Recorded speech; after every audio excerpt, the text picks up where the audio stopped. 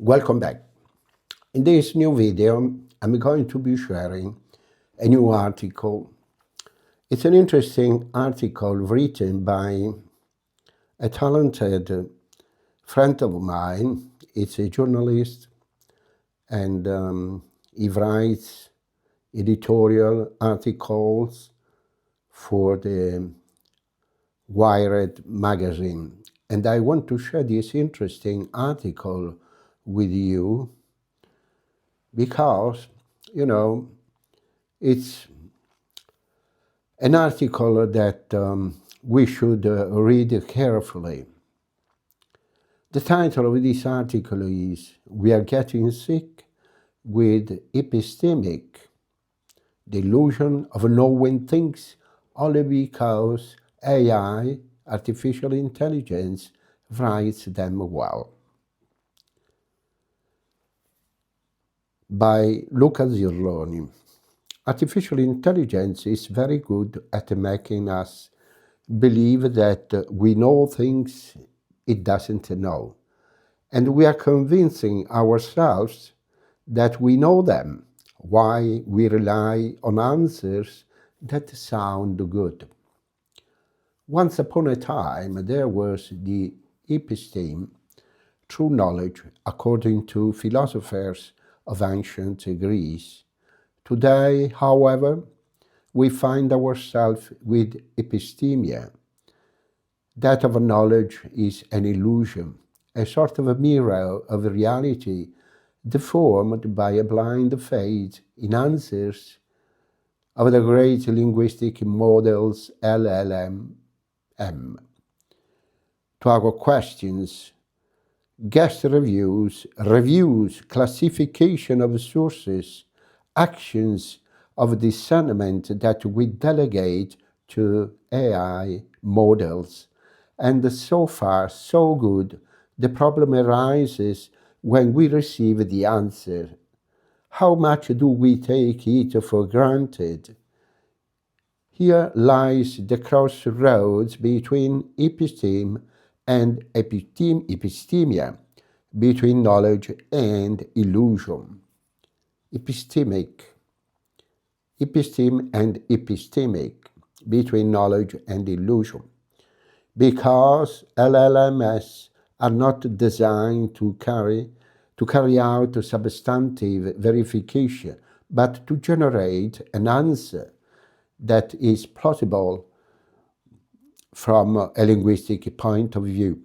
Their purpose, after all, is this: return an output that sounds good, not of whether it is true or false. If that result is not verified by those who delegate a piece of their work to AI, here is the patatrac. It is something that closely resembles the confrontation between Socrates and the sophists in 5th century Athens.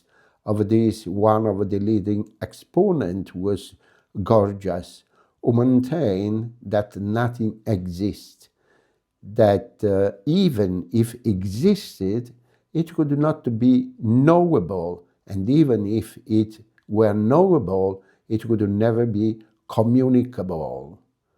AI does a bit of the opposite, because it can communicate everything, even without knowing it. In the end, however, the outcome is the same: an exercise in persuasion that is based on the ability to construct a plausible, untrue discourse. The Italian study, a recent study published in PNAS and conducted by a research team led by Walter Quattrociocchi, professor at La Sapienza University of Rome and at the helm of the Center of Data Science and Complexity for Society, systematically analyzed for the first time how 6 next-generation language models, including OpenAI, ChatGPT, Google's Gemini, or Meta's Llama, operationalize the concept of reliability. As stated in the note announcing the publication of the project, the work compares the evaluation with those produced by humans and experts in the field NewsGuard BFC, using an identical protocol for everyone. Same criteria, same content, same procedure. The focus is not on the accuracy of the final result, but on how the judgment is constructed. In a word, epistemic. If I had to choose, this is the word of the year for me, because it identifies this new season of our society dominated by construction of an impression, of a knowledge that stands up because we do not know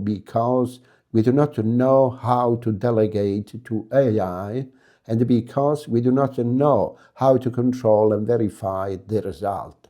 On the other hand, we reveal in an answer so well sown that we delude ourselves that it can only be true. AI will make us more stupid if we want to lull ourselves into induced stupidity.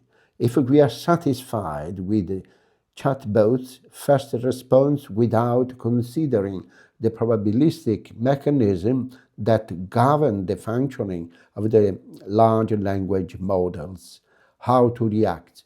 The conclusion of the study conducted by Patatrac's team not only identify the problem, but also indicate the solution, which is knowing more about the AI we rely on.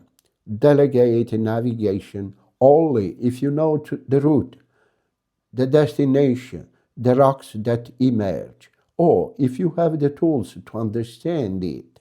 If surrounded by fog, you are traveling in the right direction.